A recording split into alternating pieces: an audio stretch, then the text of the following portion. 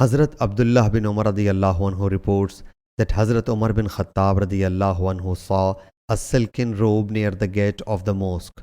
So he said, O Allah's Apostle sallallahu alaihi wasallam, I wish you might buy it and don it on Friday and at the arrival of the delegations. Allah's Apostle sallallahu alaihi wasallam said, only he who has no share in the hereafter wears its silk. Then some robes out of them reached Allah's Apostle sallallahu alaihi wasallam. They were presented to him sallallahu alaihi wasallam. So he sallallahu alaihi wasallam gave Hazrat Umar radiyallahu anhu one of those robes.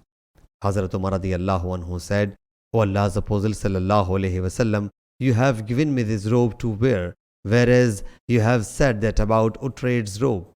Allah's Apostle sallallahu alaihi wasallam said, I have not given you it to wear. So Hazrat Umar bin Khattab radiyallahu anhu sent that robe to his polytheist brother in Makkah Mukarramah to wear. Sahih Bukhari, Hadith number 886.